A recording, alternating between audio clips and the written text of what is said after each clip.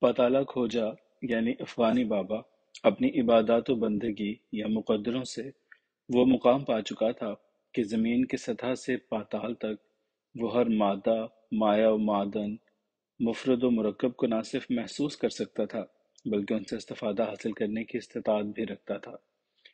واضح رہے کہ اللہ کے ایسے بندے اپنی فوق الفطرت استعانتوں اور روحانی قوتوں سے بنی نوع انسان کی بہتری اور آسانی کی خاطر تو آمادہ خاطر رہتے ہیں، لیکن اپنی ذات اور دنیاوی معاملات میں بڑے محتاط بھی ہوتے ہیں۔ افغانی بابا کو اپنی اکلوتی بیٹی سے والہانہ محبت تھی۔ بدقسمتی سے اپنے دوسرے بچے کی ولادت کے کچھ ہی عرصہ کے بعد ناگہانی موت کا شکار ہو کر اپنے خاندان کو سوگوار کر گئی۔ بوڑھا افغانی بابا بندہ توکل تھا، اللہ کی رضا آگے سر ڈال دیا، متقاضائے بشریت یا آل اولاد کی محبت کے ہاشم خان بڑے نواسی کی دید دلار میں اپنے آپ کو مبتلا پایا۔ بیوی بوڑھی اور بیمار، معاشی ناآسودگی کا در دورہ تھا۔ اس نے اپنا من یہیں پہ باندھا کہ نواسوں کو کسی اہل کرے۔ ان بچوں کا بچپن بہلانے اور تندرستی دور کرنے کی خاطر کچھ کچے پکے جواہر دانے کہیں پہاڑوں سے کھوج کر ان باپ بیٹوں کو دیے۔ ادھر راجہ کی جانب سے زمین ملی تو اس پہ حویلی کی تکمیل و تعمیر کے لیے غائبانہ وسائل پیدا کر دیے۔ نیچے زمین کی گہرائیوں میں اپنی استعانتوں سے ایسے ایسے راستے، مگے اور تہہ خانے بنوائے جنہیں دیکھ کر کہا جا سکتا ہے یہ کام عام انسانوں کا نہیں۔ یقیناً یہاں ایسی ہستیوں کا عمل دخل رہا جو زمین کے ظاہر و باطن کی جانو پہچانو تھیں۔ انہیں گزرے، موجود اور آنے والے واقعات، حالات کا خوب ادراک تھا۔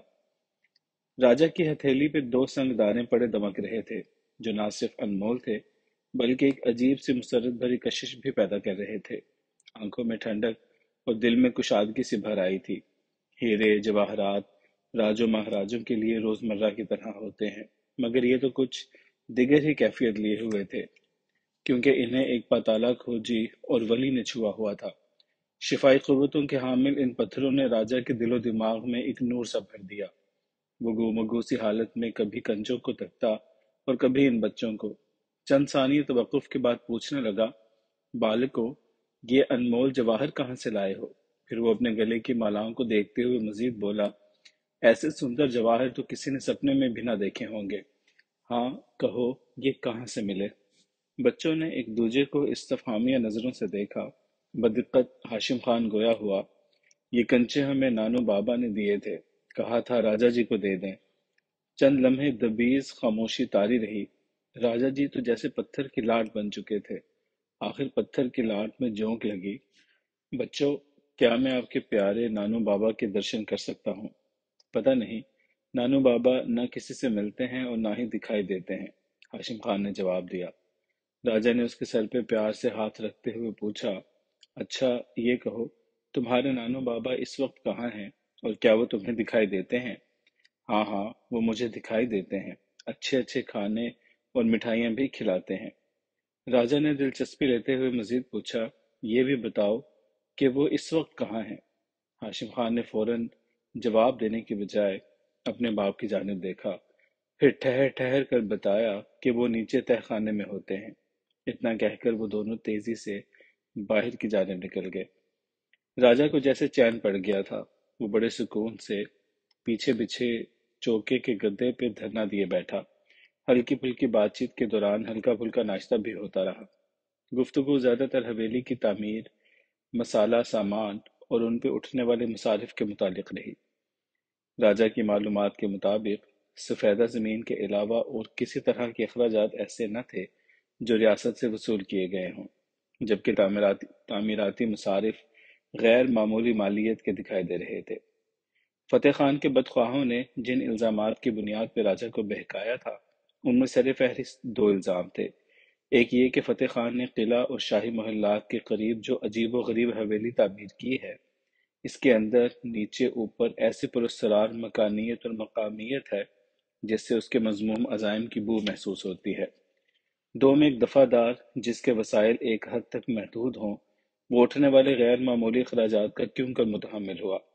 اور پھر یہ کہ مستری مزدور وغیرہ کوئی نفر مقامی نہیں تھا اور نہ ہی کسی ریاستی اہلکار کو سوا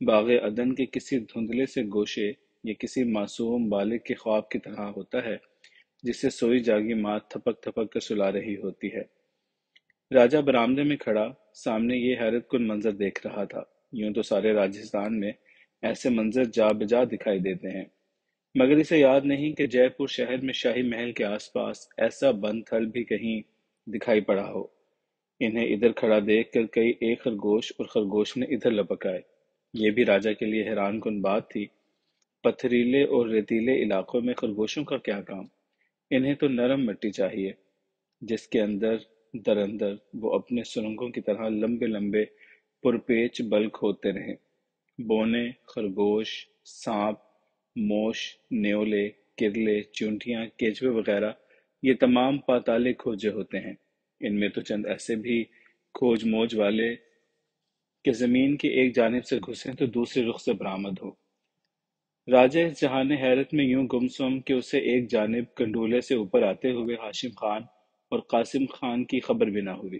ہاشم خان کی مٹھی میں ابابیل کا بچہ اور قاسم خان کے ہاتھ کالا سیاہ خرگوشنا، ایسا معدوم نامعلوم سا کہ جیسے سیاہ زر باف کا لچھا نرم ہاتھ داب رکھا ہو۔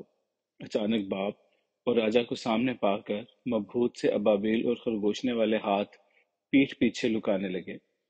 راجا نے بات بناتے ہوئے پوچھ لیا، بھئی بچوں، کچھ ہمیں بھی تو دکھاؤ، تمہارے ہاتھوں میں کیا ہے؟ بچے ایک دوسرے کا منہ تکنے لگے جیسے پوچھ رہے ہوں کہ اب کیا کریں۔ یہاں فتح خان بولا، شاباش بچوں، مہاراج کو دکھاؤ کہ تمہارے ہاتھوں میں کیا ہے۔ دونوں نے ایک ساتھ اپنے ہاتھ آگے کر دیے۔ چھوٹے چھوٹے ہاتھوں میں ننھے ننھے بچے یوں آسودہ مطمئن جیسے وہ کسی جائے اما میں پہنچ پائے ہو۔ راجا مسکراتے ہوئے پوچھنے لگا، ان معصوموں کو کاہے دبوچ رکھا ہے؟ اتنے چھوٹے چھوٹے، ان کی مائیں انہیں تلاش کر رہی ہوں گی۔ لاؤ، ذرا مجھے بھی دکھاؤ انہیں۔ دونوں جھیپے جھیپے آگے بڑھے اور بیک وقت اپنی مٹھیاں کھول دیں۔ ابابیل کے بچے کی تو ابھی آنکھیں بھی نہیں کھلی تھی۔ زیتونی اسود کی کٹھل گٹھلی سا سر، عجب سراسیمگی میں سرسراتا سراپا پر جو ابھی ناپید تھے، بازو پھیلائے ہوئے تھیلی میں پڑا تھا۔ ادھر خرگوشنا بھی تھوتنی تھوت رہا تھا، چندی آنکھوں میں کیچ بھری تھی، لمبے لمبے کان اس کے مجموعی قد سے بھی بڑے۔ بچے یوں سر جھکائے کھڑے تھے جیسے مسروقہ مال کے ساتھ رنگے ہاتھوں کوتوال شہر کے روبرو کھڑے ہوں۔ کچھ لمحے دونوں اطراف کی ہوا ساکت رہی۔ جان بین کے دماغوں میں سوال و جواب والے چھوٹے بڑے دندانوں کی گراریاں برابر رگڑے لے کر چل رہی تھیں۔ راجہ انہیں دیکھتے ہوئے بے ساختہ بول اٹھا، ارے یہ تو بڑے سندر جانور ہیں، کہاں سے ملے؟ نانو بابا نے دیے، کھیلنے کے لیے۔ راجہ ان کے برابر اکڑوں بیٹھ گیا۔ ہاشم خان کے کندھوں پہ ہاتھ رکھتے ہوئے بڑی رسان سے کہنے لگا، ہمیں بھی تو ملواؤ اپنے بابا سے، ان کے درشن سے بڑی شانتی ملے گی، ان کے پاس لے چلو، میں ان کے چرن چھونا چاہتا ہوں۔ وہ دونوں بیک وقت اپنے باپ کی جانب دیکھنے لگے۔ چند لمحے تو فتح خان کی بدھی میں نہ آیا کہ بچوں کو کیا کہے جو اپنے باپ سے اس کٹن مرحلے پہ مدد کے خواہاں تھے۔ آپس کی دیکھا دیکھی اور خاموشی میں جب جھنجھلاہٹ کی کٹھل پڑنے لگی اور راجہ نے بھی اسے سوالیہ نظروں سے دیکھا تو ناگہاں اس کے منہ سے نکل گیا، ہاں ہاں، اپنے نانو بابا سے کہو مہاراج آپ کے درشن کرنا چاہتے ہیں۔ یہ حکم پاتے ہی بچے بائیں جانب برآمدے کی جانب لپکے اور کونے کے ایک مگے میں اتر گئے۔ فتح خان نے شاید راجہ کا دھیان ہٹانے کی غرض سے کہا، آئیے مہاراج، آپ کو خرگوشوں کے بل دکھاتا ہوں۔ یہ خاص خرگوش سیاہ کھوجی خرگوش کہلاتے ہیں۔ یہ عام گھروں میں پائے جانے والے پالتو نمائشی خرگوشوں سے قطعی مختلف ہوتے ہیں اور ان سے بھی جو جنگلوں، ذخیروں، کھلیانوں میں پائے جاتے ہیں۔ بلی کی جسامت رکھنے والے یہ سیاہ خرگوش ناپید ہونے والی ایک خاص نسل سے تعلق رکھتے ہیں۔ دیکھا ہوگا کہ فاسد یا فالتو خون نکالنے کے لیے ماچھی، ماشکی لوگ جوکیں جمع کرتے ہیں۔ شکاری حضرات کتے، باز، شکرے، چیتے پالتے ہیں، اور نقب زن چور جو اپنے فن میں استاد کے درجہ پہ فائز ہوتے ہیں، ان کے ہاں جہازی قد و کاٹ کے پالتو گوہا ہوتے ہیں جنہیں وہ عمودی سطح والے برج، قلعے اور بلند و بالا درخت اور ایسی جگہوں پہ بطور کمند استعمال کرتے ہیں جدھر خاص طور پہ چوری کے لیے چڑھنا آسان نہیں ہوتا۔ پاک و ہند کے اکثر مندروں کے کلسوں، مسجدوں کے گنبدوں، میناروں پہ منڈھا ہوا سونے کا پتھر یہی گوہا والے چور سرقہ کرتے ہیں۔ اسی طرح تربیت یافتہ بندر، کوے، چوہے، کتے اور سانپ تک مختلف جائز ناجائز کاموں میں استعمال ہوتے ہیں۔ ان میں سیاہ کھوجی خرگوش صرف اور صرف زمین کے اندر کی کیفیات، حالات، زمین میں دفن اشیاء، پتھر، پانی، معدنیات، رخ، رستہ کے سلسلے میں ممد ثابت ہوتے ہیں۔ عام کھوجی اور خاص پتالہ کھوجی بھی نہ صرف ان سے بیشتر معاملات میں رہنمائی لیتے ہیں بلکہ پال کر ان کی مناسب تربیت بھی کرتے ہیں۔ راجہ بظاہر فتح خان کی باتیں اور ان سیاہ خرگوشوں کی گھاتیں دیکھ اور سن رہا تھا، مگر اندر سے دھیان اس گوشہ صحن کی جانب تھا جدھر پل جھپکتے دونوں بچے غائب ہو گئے تھے۔ راجہ نے اس کی باتوں سے صرف راجہ نے اس کی باتوں سے صرف گوش کرتے ہوئے پوچھا، یہ بالغ کدھر اڑنچو ہو گئے؟ کیا ان کے بابا ادھر کہیں نیچے رہتے ہیں؟ جی مہاراج، ان کے اصل ٹھکانے کا تو پتہ نہیں کہ کہاں رہتے ہیں، لیکن نیچے مگے میں ان کا استان سا بنا ہوا ہے، بچوں سے وہیں پہ بات چیت ہوتی ہے، اور میں بھی فجر کی نماز کے بعد وہیں پہ انہیں محسوس کرتا ہوں، اور اگر ضروری ٹھہرے تو کچھ بات چیت کا اذن بھی مل جاتا ہے، لیکن انہیں دیکھنے کی شکتی نصیب نہیں ہوئی۔ راجہ ابھی اس کی بات پہ کچھ غور کر رہا تھا کہ دونوں بچے اسی کونے سے نکل کر سامنے آ گئے۔ آتے ہی انہوں نے راجہ کو سر نہوڑ کر سلام کیا، پھر پیغام دیا کہ بابا نے آپ کو سلام کہا اور دعائیں بھی دیں، اور یہ بھی کہا کہ مجھے دیکھنے کا طریقہ فتح خان سے سمجھ لیں۔ اتنا کہہ کر بچے پھر مگے میں اتر گئے اور راجہ فتح خان کو استفہامیہ نظروں سے تکنے لگا۔ فیروزہ وادی نیل کا، جو آنسو ابابیل کا۔ کچھ دنوں بعد جب راجہ اپنے جنم دن کے جشن سے فارغ ہوا تو حسب معمول اس نے قلعہ والے چندن دیول بھون درگا مائی کے مندر میں اپنی خاص پوجا کا اہتمام کیا، تو بطور خاص اس میں فتح خان کو شامل کیا۔ دستور کے مطابق پوجا میں 7 سرکردہ منش شامل ہوتے: شاہی خاندان کا بوڑھا پرش جو گنگا جل سے اشنان کرواتا، مندر کا مہانت جو آرتی اتارتا، شاہی پروہت جو ڈھنڈوت کرواتا، چوتھا راجپتی جو بازو پہ جوشن باندھتا اور سر پہ مکٹ سجاتا، پانچواں سیناپتی جو کمر میں پٹکا باندھتا اور پرکھوں کی تلوار پیش کرتا، چھٹا بھکتی ونت جو پرانوں سے اشلوک پڑھتا جس میں بدھی اور یدھی کی انونے بیان کی گئی ہوتی، ساتواں راج پاٹ کا کوئی پرجن جو اسے سونے کی تشتری میں امبردانہ، کہربا، نیلا، منجوسی، پکھراج، مانگ، یاقوت، موکنم، موتی، عتم، گرب، زمرد اور پیرج فیروزہ بھیٹ کرتا، جو ان 7 مہان پروشوں کی وفاداری اور پریم پریا کا اظہار ہوتا۔ ایسی ہر تقریب پہ قریب قریب ہر بار ان 7 پرشوں میں ایک دو تبدیل ہو جاتے۔ نئے شامل ہونے والوں کے لیے اس تقریب کا حصہ بننا یقیناً بڑے مان اور اعزاز کی بات ہوتی۔ یہی کیفیت فتح خان کی بھی تھی، اس کے نصیب میں پرجن بننا لکھا جا چکا تھا۔ ایسی تقریب سے پہلے راجہ کے جنم دن پہ ہی ان 7 پرشوں اور بھیٹ کے رتنوں کا انتخاب ہو جاتا تھا۔ فتح خان کے لیے پیرج دانا فیروزہ منتخب ہوا، اس اضافت و آفات کے ساتھ کہ وہ فیروزہ ابابیل کا آنسو ہو۔ اس نے سنا اور چکرا کے رہ گیا۔ سپاہی تھا، جوہری نہ تھا، اور نہ ہی کبھی ابابیل کے آنسو کا نام سنا تھا۔ وہ سیدھا جوہری بازار میں ہسو کٹائی والے کے ہاں پہنچا، ساری بات بتائی۔ اس کا جواب پا کر جو اس کی سمجھ میں آیا وہ بھی کچھ آسان نہ تھا۔ فیروزے دنیا کے چند ممالک میں ہی دستیاب ہیں۔ فیروزوں کی کئی ایک اقسام اور تیز نرم رنگتیں ہوتی ہیں۔ ان کی آب و تاب میں بھی فرق ہوتا ہے، شفاف، مستہ اور دراڑی بھی ہوتے ہیں۔ بیش قیمت اقسام ہیں، شیرازی، کرمانی، مشہدی، حسنی، حسینی، سلیمانی، نیشاپوری اور شجری مشہور ہیں۔ مرجان کے بعد اور مروارید سے پہلے یہ اپنی خواصی اثرات اور روحانی کیفیات کی بدولت صف اول کی حیثیت رکھتا ہے۔ فیروزی رنگت اور شفافیت اس کے درجات بلند کرتی ہے۔ ابابیل کا آنسو کوئی باقاعدہ فیروزہ نہیں ہوتا، یہ ہیرے کی کرنی کی مانند ایک انتہائی معدوم نقطہ سا دانہ ہوتا ہے، جو مصر کے جنوب مشرق کے علاقہ کے وسیع کانوں سے سرخ رتیلے پتھروں سے چمٹے ہوئے فیروزوں کے ساتھ کہیں برآمد ہوتا ہے، ایسا باریک بادن سا کہ باریک چھلنی سے بھی چھن کر نکل لے اور دکھائی بھی نہ دے۔ یہ باریک دانے کانوں کے علاقے کے آس پاس بھربری ریت میں کہیں کنکروں میں چپٹے ہوئے بھی ملتے ہیں۔ ایسے دانے اگر حاصل ہو بھی جائیں تو وہ کچے ہوتے ہیں یا پھر بدرنگے۔ تیز روشنی اور خشک ہوا انہیں بے توقیر کر دیتی ہے۔ صحرائی ابابیلیں جو اہراموں، مقبروں اور قدیمی قبرستانوں میں پائی جاتی ہیں، یہ فیروزہ دانے ان کی من بھاونی نعمت ہوتے ہیں جنہیں وہ ڈھونڈ ڈھونڈ کر چگتی ہیں۔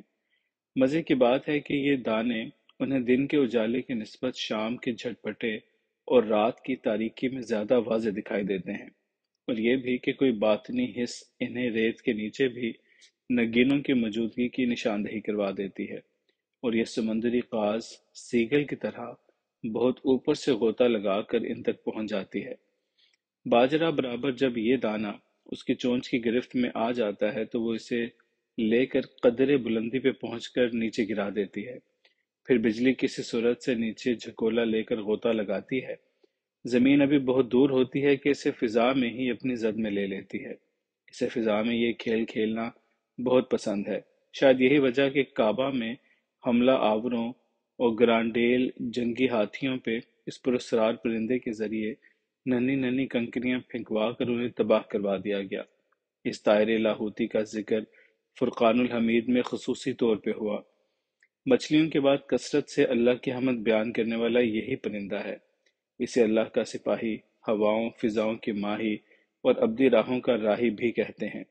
اس میں حیثیت، سریت، محویت اور صالحیت سب پرندوں سے زیادہ ہوتی ہے۔ اس کی اسمی روحانیت کا اندازہ یوں لگائیں کہ اللہ سبحانہ نے اس کا نام قدسیوں کی اسماء حکمت کے شرف کے ساتھ عطا کیا، جیسے جبرائیل، عزرائیل، اسرافیل، لومائیل، تنکفیل، احجمائیل، تاتائیل، ہمو آکیل وغیرہ۔ ابابیل کا بسیرا بھی عجیب ہوتا ہے۔ مکڑی، مگس، بیا اور یہ کہ کارخانہ قدرت میں ان کے کار بھی ایک عجیب قدرت اور ندرت کے حامل ہوتے ہیں۔